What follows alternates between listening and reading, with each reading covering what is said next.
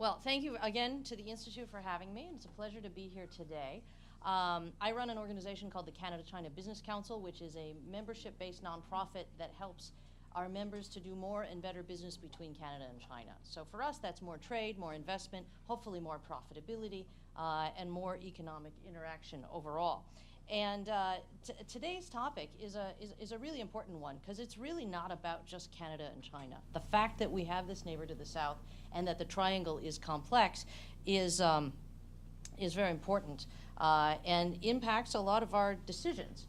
So what I thought I would do is, if we think about this triangle, before we talk about the Canada-China side, let's look at why the other two sides of the triangle are so complicated. The U.S., I would say, is in the middle of an existential crisis with China. China is growing in so many ways to potentially overcome the U.S., and that causes a lot of angst. Canada, I would argue, is in a co-existential crisis with both countries. We have to figure out how we work to our advantage economically with both countries, and it's not very simple. So I'd like to talk first from the U.S. perspective. All right. There's something that's come up here. Or maybe I can just push the... Sorry, WeChat is getting in my way. WeChat is everywhere, you know. So let's look at the U.S. perspective. This comes from an organization similar to us in the U.S. And it shows, number one, how important Canada is to the U.S., which I think is important. This is the size of the trade relationship. The graphic on the right was just published a couple weeks ago. The words on the left, the 400 billion should actually be more like the 550 there. But the point is that China is the U.S.'s second largest overseas market. And as Professor Wong was saying, the American government tends to focus a lot on this big deficit, but the deficit is a very misleading statistic. And according to the US CBC, less than 6% of the products that are made in China by US-owned companies were sent back to the United States, and 80% of them were sold in the Chinese market. So that's one of the things the US looks at. Another one is how do you make up that trade deficit? And I think the interesting thing here is that 20 years ago, 2/3 of the American trade deficit was with East Asia. It's still 2/3 with East Asia. That mix within East Asia is what has changed. So we maybe were buying a lot of stuff from Japan before, and now Japan happens to be making those things in China. So again, it's not as simple a dilemma as Trump may make it out to be. So why is the U.S. having an existential crisis? There's really potential for China to overtake the U.S. And you can see that China has been looking for ways to, what I call, make sure it has a seat at the big kids table. So look at AIIB, the Asian Infrastructure Investment Bank. In many ways, that was a response to China. While it participates in the World Bank and the IMF, it was still kind of relegated to the little kids table at those institutions. So it said, well, why can't we have a role that is commensurate with our economic status in the world? And if that's not going to happen, maybe we should start our own institutions. The Shanghai Cooperation Organization is another example. And it's interesting, Kishore Mahbubani, who is with Singapore's National University, he argues that if you go back to 2001, the most important event that year was not 9/11. It was, in fact, China's entry into the WTO. And it caused more than 1 billion workers to join capitalism. So they woke up, not necessarily immediately in 2001, but over the course of the last, 17 years, many have woken up to discover they can perform as well as anyone else in the world can. So all of a sudden, we've sort of created this problem, right? It's a problem of our own making, and we've created a competitor in a way. We also created a lot of opportunity that has created a lot of profits for companies over this period of time. So in many ways, it should be a wake-up call for the US and for the West that we need to out-innovate and out-compete, not say, oh, now we have a big competitor, let's shut it down. This week in the Atlantic magazine, James Fallows published a great article that I want to draw on for this. And he argues that America's most important relationship, bar none, is with China. for a number of reasons. First is the economy. No other country has the prospect of eventually having an economy bigger than the U.S.'s, and sooner or later, China will have this. It has 4 times as many people, so it really only needs to become 1/4 as rich as the U.S. on a per capita basis in order to take the lead. As well, there's no other nation outside North America that is as tightly integrated with U.S. corporate production, consumption, distribution, and marketing systems. And on the military level, while Russia may have more nuclear weapons, there's really no other country that can even dream of becoming an across-the-board military rival to the U.S. As well, no other country is as important on environmental and sustainability issues, and these 2 issues can be a force either for progress or for disaster, depending on how they are treated. No other country sends as many students, especially paying students, to American universities, and I think we can say the same for Canadian universities. And no other country has as ambitious a national research project that aspires to match American research achievements. So you can see that this is a very multifaceted problem that is challenging the U.S. on many fronts. Fallows argues that handled right, or handled at least the way it's been handled over the last 40 years or so, to minimize errors, that this is a relationship, the U.S.-China relationship, that can be a force for greater prosperity, less environmental damage, and more diplomatic stability around the world. But if you do it wrong, it holds peril for everyone in things from an accelerated arms race in Asia to a hastened environmental disaster for the world. And so, China is a problem in this regard. China vexes Western countries. And so one question is, why is China so vexing?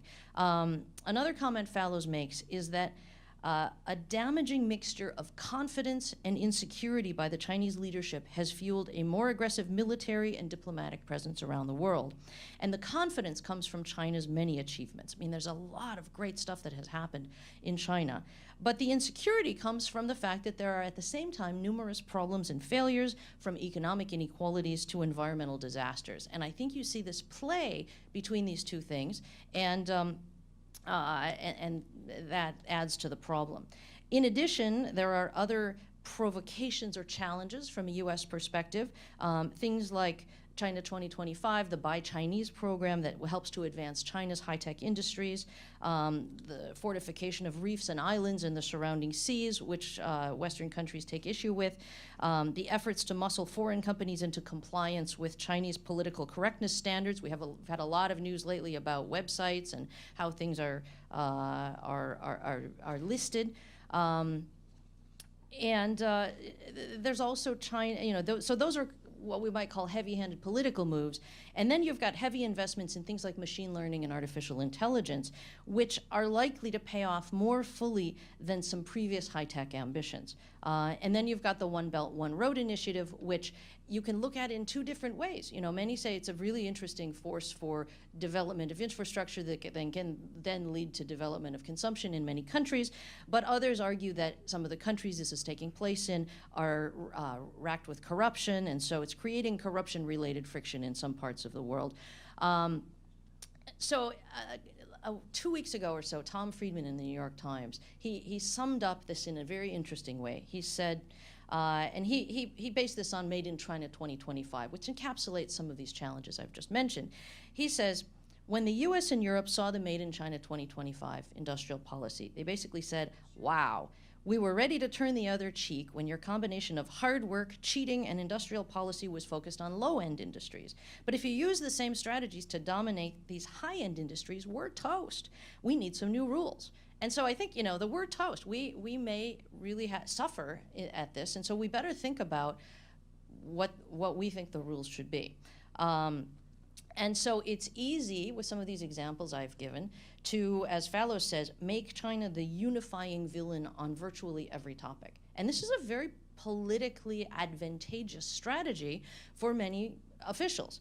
And if the US does this, if they make China the villain, it is almost certain to get less of what it hopes for, more of what it fears from the leaders in Beijing.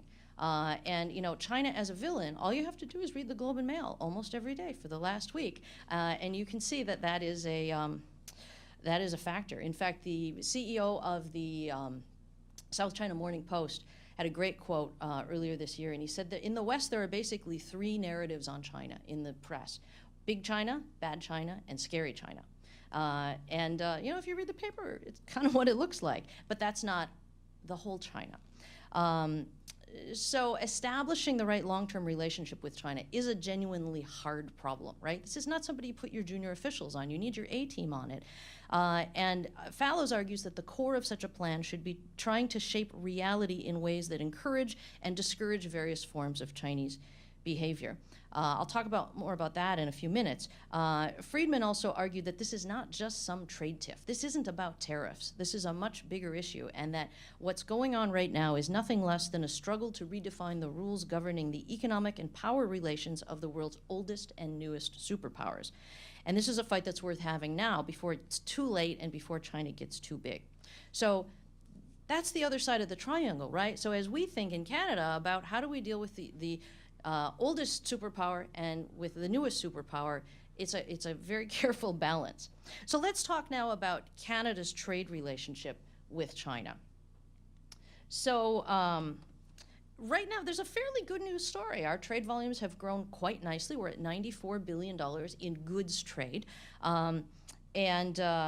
We had almost $23 billion in exports last year, and that was up 13%. I really care more about the exports than the imports, because given what China has done to transform its own economy, if we aren't increasing our exports, we're not taking advantage of that growth that exists. And as well, one of the things I look at, because I used to work in the US, I worked for Kodak, and at Kodak, we basically applied the 10% rule to everything related to Canada and the US. Canada was about 10% of the population, it was about 10% of our sales. So I always compare things on this 10% lens. For a while, Chinese investment in Canada was way more than 10% of Chinese investment in the US. We were really punching above our weight. Since the big deals in energy have fallen off, we've fallen way behind on that.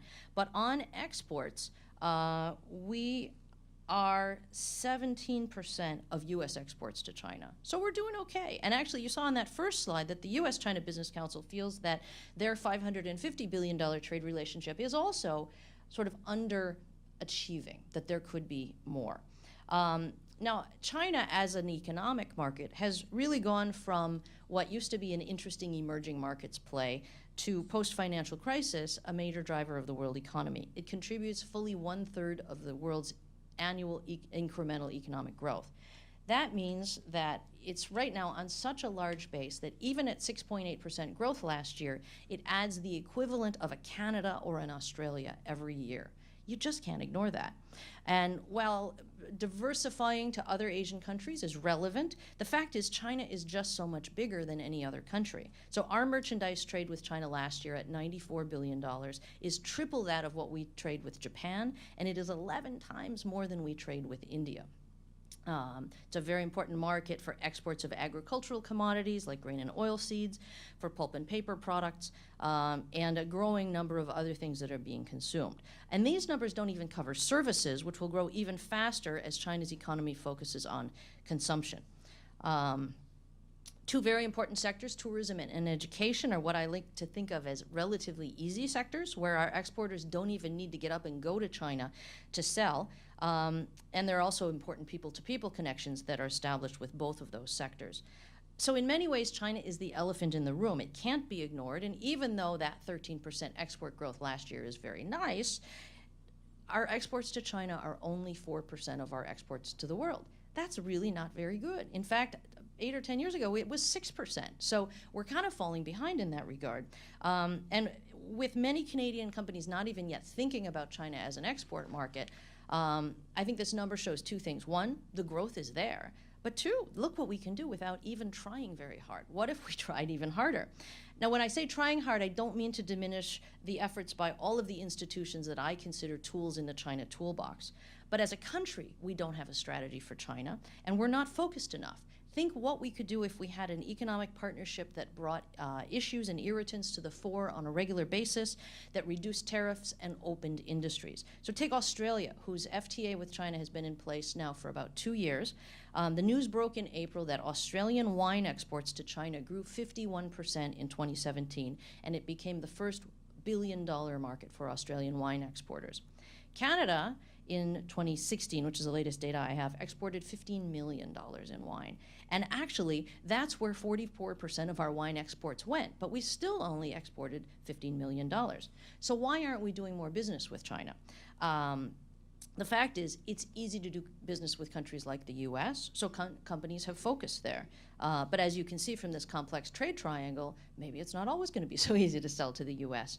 And companies who choose not to engage China ignore the fact that as China has grown, it's built capability that creates competition, often in our core markets. So even if it's for nothing more than ensuring that they stay competitive against Chinese companies, every company needs a China strategy or needs to understand where China fits in its value chain. But for many companies, a China strategy will include selling to China. The issue of consumption is a key driver here. So in a recent McKinsey survey, they say that 76% of China's urban population will be considered middle class by 2022. So that's defined as urban households that earn between $9,000 and $14,000 a year, which may not sound like a lot, but when you adjust it for prices, it delivers a roughly comparable middle-class existence to other countries. In 2000, just 4% of that population met those standards. So by 2022, more than 550 million people will be middle class, making that middle class cohort equivalent to the third largest country in the world. And they want to buy what we have in many cases. BCG says that Chinese consumption, i.e. the stuff that people buy, will grow 9% per year through 2020. So that's a very nice growth rate. And you can see that if China is only growing at 6.8% last year, or this year maybe 6.5%, consumption growing 9% shows you where you can focus to get even better results. So I talked earlier about an economic partnership. Some might call it an FTA. There's been a lot of talk about whether we should negotiate one. So the question is, what do we want from an FTA? When we consulted with companies across China last year about an FTA, many said, well, there's not much in it for me, really, but the process of negotiating it will keep the relationship warm and healthy, and that's good for my business. And I fear that because we haven't even started negotiating it, as you may know, we're just talking about starting, right? We're in exploratory discussions, and we've been this way for a couple of years. And I fear that over the last couple of years, Canada has been saying nice things to China, but not really demonstrating an ability to act. And delaying comes at a cost, because as Chinese consumers develop preferences, they will choose to prefer goods and services from parts of the world that are actively engaging. Think about that Australian wine. And so we need to make a conscious choice to engage and to use the relationship with China to build Canada's prosperity. And there are easy, immediate opportunities, like making sure we're serving Chinese tourists well during a year like the Canada-China Year of Tourism, so that they come back and so that they tell their friends to come. And we could promote environmental technologies to China, as it works very hard to clean up its environment. Neither of these are controversial. And what do we want from China? So we also heard this from our FTA consultations. We've got a little summary that I'll put up here. The business community basically wants a free and fair playing field. Let our companies compete in China based on our own merits. Let us enter the market and get even more competitive. If we're not good, fine, we'll fail. But don't dictate what corporate structures we need to have. And give us the freedom to choose. And Canadian business will be more inclined to take advantage of that market opportunity in China if we have a rules-based system that protects the rights of companies and citizens in both countries. And where there are really thorny issues like forced technology transfer, industrial policies that discriminate against foreign companies, and potential encroachment of the government on corporate governance via things like party committees that have increasingly been imposed on foreign invested enterprises, Canada should speak up about it in its bilateral engagement, but we should also do so in concert with the Americans, the Europeans, and the Australians, because multilateral pressure can work. With these FTA consultation themes, I'll just give you a couple of comments on them. There definitely was overwhelming support. Nobody said don't do it. Somebody actually said, could we just negotiate forever? Because the outcome isn't so important. But it's not a silver bullet. One of the key themes we heard was simplification, and we're heartened to see that in China's government restructuring back in March, a lot of the shuffling of ministries and departments is aimed at what they call single window service, streamlining. It's just as hard for Chinese companies to do business in China as it is for us. It's very, very mafan for any of you who speak Chinese. There's an issue of fairness. Again, free us from restrictive ownership rules. If we want to buy a company, let us buy it. If we want to have a fully owned subsidiary instead of a minority joint venture, let us make that choice. Not all companies will make the choice to do that. They might want a minority joint venture, but don't tell us that that's what we have to do. There were numerous cross-sectoral issues like government procurement, forced data localization, and how to get paid. IP protection comes out across the board as a key fear of many companies, but our survey results show that IP protection has really improved a lot, and it's a manageable business problem. You don't not think about it. It's very important, but if you register, you chase down those who are offending, and you innovate to stay ahead, I put it one notch below HR. I find HR in China even harder. But then there are two things at the bottom that really are on Canada. This isn't what we negotiate with China. This is how we get prepared for an FTA. One is market readiness, helping Canadian firms really understand Asian market knowledge. Market readiness is getting companies ready for the market, especially among SMEs, and then having, in general, a more global mindset, particularly understanding where Asia fits. So on that FTA, why haven't we started negotiating? I can't speak for the government on that, but Fallows in his Atlantic article made a very interesting statement. He says, "Never has public condemnation by foreigners or shaming or ginned up ill will persuaded Chinese leadership to knuckle under to foreign demands. On the contrary, if you want to see the worst and least cooperative side of Chinese leadership, give them a set of in-public ultimatums and demand that they comply." We sort of did this before the December trip. I won't dwell on it.